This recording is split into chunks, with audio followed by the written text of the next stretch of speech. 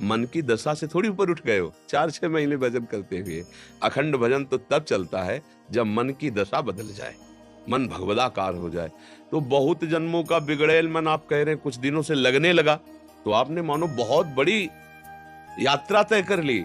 मन ही नहीं लगता, आपका लगने लगा, मतलब आपने उस पर अधिकार कर लिया है। अब धीरे धीरे आगे बढ़ जाएगा, धीरे धीरे अचंचल होने लगेगा, धीरे धीरे संकल्प विकल्प कम होने लगेंगे। हमें हारना नहीं है। गहन दूजी चाल, अब मन नहीं लग रहा तो चलो गंदी बातें सोचे, गंदी बातें करें, गंदी बातें देखें, गंदी बातें सुने, गंदे लोगों के बीच में बैठे, फिर बिगड़ जाएगा, फिर नहीं बनेगा। गहन दूजी चाल, लगे या ना लगे। हम कई बार सत्संग में बताया है कि नाम में स्वयं की एक अपार सामर्थ्य है। जैसे अग्नि की सामर्थ्य दाहिका शक्ति है, आप जान के छुओ, अनजान में छुओ, जबरदस्ती कोई छुआ दे या भूल से छू, सबका परिणाम एक ही होगा, वो जला देगी। उसमें दाहिका शक्ति है। ऐसे मन लगे तो राम कृष्ण हरि, मन न लगे तो राम कृष्ण हरि, फल बराबर मिलेगा। उसमें कोई भाव को भाव न खालसहु, नाम जपत मंगल दिस दसहु। इसलिए निरंतर नाम के प्रति तुम सुदृढ़ भाव रखो, भले न कर पाओ लेकिन भाव ये रखो कि मैं निरंतर जपूंगा, मन लगे या ना लगे, अशांति हो या शांति हो, दुर्गति हो या सदगति हो। अब एक बार तो मैं छक के नाम जप करके देखूंगा, संत जन कहते हैं, शास्त्र कहते हैं, क्या होता है, एक बार देखूं। न जाने कितने जीवन हमने विषय भोगों में दिए, अब एक जन्म में भगवान के नाम, अभी तूफान मच जाएगा। पर हम लोगों का क्या है कि निश्चय बहुत किसड्डी स्वभाव है। अभी कह रहे ब्रह्मचर्य से चलेंगे, अभी कह रहे संयम से चल रहे हैं, और जहां सामने भोग आए तो सब भूल जाते हैं, उन्हीं में फिसल जाते हैं, हाथ कुछ नहीं लग पाता। इसलिए दृढ़ बनो और दृढ़ता से भगवान का नाम जप करो। एक दिन ऐसा आएगा कि नाम छोड़ना चाहोगे तो भी नहीं छोड़ पाओगे। स्वामी अखंडानंद जी महाराज वृंदावन में थे, एक समय अंतर ध्यान हो गए, तो एक शिष्य आया और बोला, महाराज आपसे एक बात करनी है। तो कहा बताइए। बोले आपने जो नाम दिया था, राम राम राम, 18 साल हो गए जब तक हमें कोई लाभ नहीं। संत बड़े विज्ञानानंद घन होते हैं, उनका तो आप हमें क्या मानते हैं? बोले गुरु। बोले हमारी कसम है, कल तुम इसी समय आना, मैं तुम्हें दूसरा मंत्र दूंगा जो बहुत चमत्कारिक है, पर अभी से लेके कल तक एक बार भी नाम मत जपना, ये तुम्हें हमारी कसम है। चलो निकलो। और वो जी ही बार तो पूर्वाभ्यास, अब गुरु की कसम, वो सीढ़ी नहीं उतर पाए, लौट के आके रो के चरणों में गिरे, महाराज जी कसम तोड़ दीजिए, मैं जी नहीं पाऊंगा, नाम को रोक नहीं पाऊंगा। बोले ये मिला है। 18 साल से जो कह रहे कि मुझे क्या मिला, तो ये मिला है कि तुम भगवान के नाम के बिना जी नहीं सकते। अब तुम्हारी सदगति में कोई संशय थोड़ी, निश्चित निश्चित तुम्हारे समस्त अशुभ नष्ट होकर तुम्हें भगवदानंद की प्राप्ति होगी। अब जैसे आज से आपको, अभी आप 3-4 महीना की बात करते हैं, आपको हम ही कह दें कि आज के बाद तुम नाम नहीं जप करना, तो यहां से गेट नहीं पार हो पकड़ पाओगे, 10वें बार नाम आएगा तो होगा कि मैं कैसे छोड़ दूं, ये तो छूटी। यद्यपि निरंतर नहीं चल रहा, अभी कोई परमानंद की अनुभूत, लेकिन आप रो पड़ेंगे यदि वास्तविक 2-4 महीने ही जप किए। देखो आपको बताते हैं नाम की प्रीति किसे कहते हैं। प्रारंभ में जैसे 10 मिनट आप नाम जप करते हैं, केवल 10 मिनट 24 घंटे में। अब 10 मिनट बैठे आप माला लेके, इतने में आपके परिवार का कोई प्रिय से प्रिय मित्र भी आके आपसे बात करने लगे तो आपका मन ही बुरा मानने लगेगा। यार 24 घंटे में 10 मिनट तो जपता हूं, फिर भी आके आदमी हमसे बात, मतलब रुचि आई 10 मिनट की, पकड़ो। अगर 10 मिनट की उसको रुचि आ गई तो 24 घंटे पहुंचाने में देर नहीं लगेगी, क्योंकि शुरू हो गया ना चलना, पहले तो लगता ही नहीं है, शुरू हो गया। इसलिए घबराओ मत, भगवान बहुत कृपालु है और उनसे ज्यादा कृपालु उनका नाम है। हमको जबरदस्ती रटना है, राधा राधा राधा राधा राधा राधा राधा राधा, परमानंद है। सच्ची कहते हैं यहाँ और वहां सुखी रहोगे, इह परलोक सकल सुख पावत, मेरी सो भैया कृष्ण गुण संचु। हरिवंश महाप्रभु कहते हैं, तुम्हें मैं शपथ खा के कहता हूं, अगर तुम कृष्ण कृष्ण और उनके गुणों का गान करोगे तो तुम यहाँ भी सुखी रहोगे और वहां भी सुखी रहोगे। जैसे संतों को लोग कहते हैं ना, ये बाबा जी लोग हराम का आता है इसलिए वो खाते मौज लेते हैं, अभी तुम जान नहीं पा रहे हो। अगर आप आकर के देखो तो आपको पता चलेगा कि ये संत मार्ग कितना कठिन मार्ग है, क्योंकि इसमें बाहर से चोट तो दिखाई नहीं दे रही ना, अंदर प्रतिपल चोट है जिसे तुम जान ही नहीं सकते। जो पड़ा हुआ है वो खड़े हुए कि गिरने का चोट क्या जाने, क्योंकि तो पड़ा हुआ है ना, उसको पता ही नहीं ना।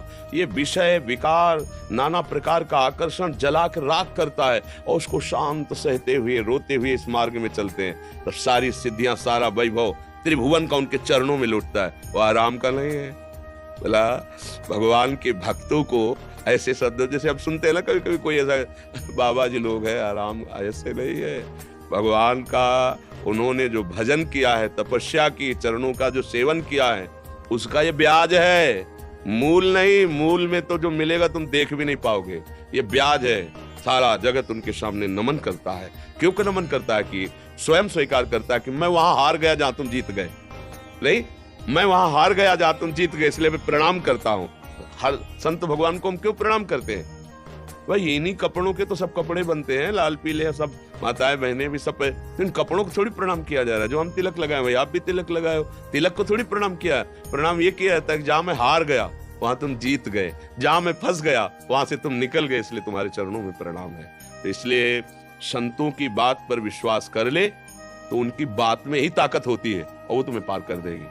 जैसे कहते हैं ना लोग, आशीर्वाद दीजिए, हाथ दर्द, इनके ये सब बाहरी नाटकबाजी है। कह रहे हैं चलो, बस आप समझ लो जो कह रहे हैं चलो, उसी में उनका आशीर्वाद लगाओ। आप चल के तो देखो आपको कहां पहुंचा देंगे। हम लोग थोड़ा मंद बुद्धि के इसलिए जान नहीं पाए। ये संत जन कहते हैं ना, आप ये जपो, दोबारा प्रश्न मत करो, जपना शुरू कर दो, देखो आपको सामर्थ्य मिल जाएगी। और जब संत जन देखते हैं ना कि उनकी आज्ञा का पालन होता है, हृदय शीतल होता है, वो आशीर्वाद अपने आप जाता है। ये आशीर्वाद मांगने वाला नहीं है, मांगने से मिलता भी नहीं है। उनकी आज्ञा का पालन, ये जैसे नहीं कि वो तो स्वभाव होता है वात्सल्य में संत जन से। आशीर्वाद यहाँ का विषय होता है। कैसे मिलता है आशीर्वाद?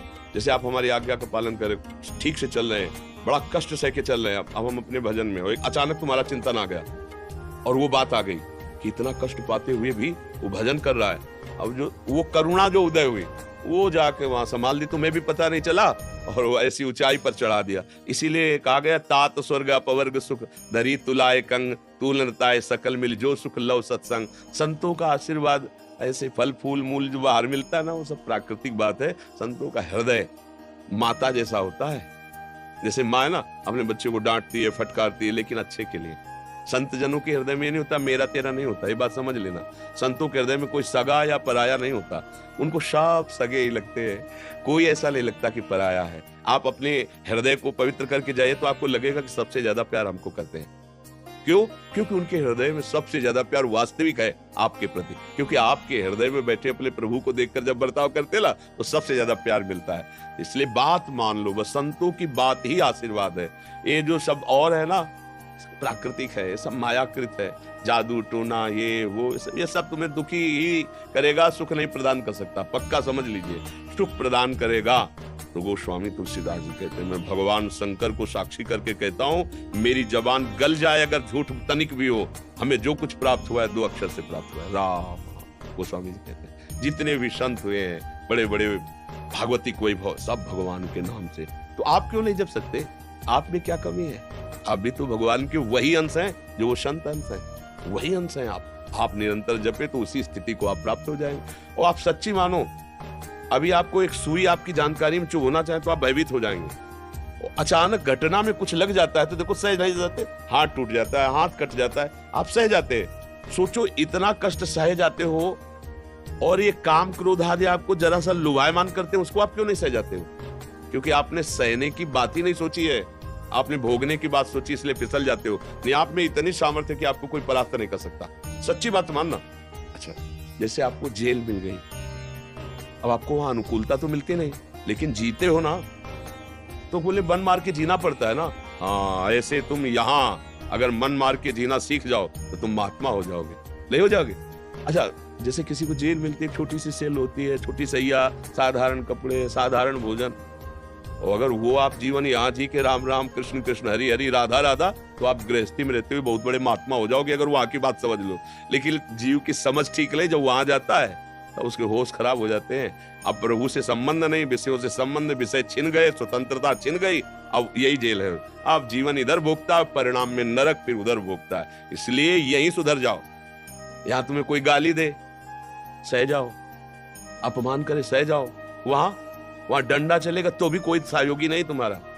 समझो, यही मान लो, मैं माया की जेल में हूं, अब मुझे इसे मुक्त होना है, अभी महात्मा बन जाओ। महात्मा का मतलब होता है अच्छे विचार, अच्छे आचरण, अच्छा भाव, अभी आ जाएगा।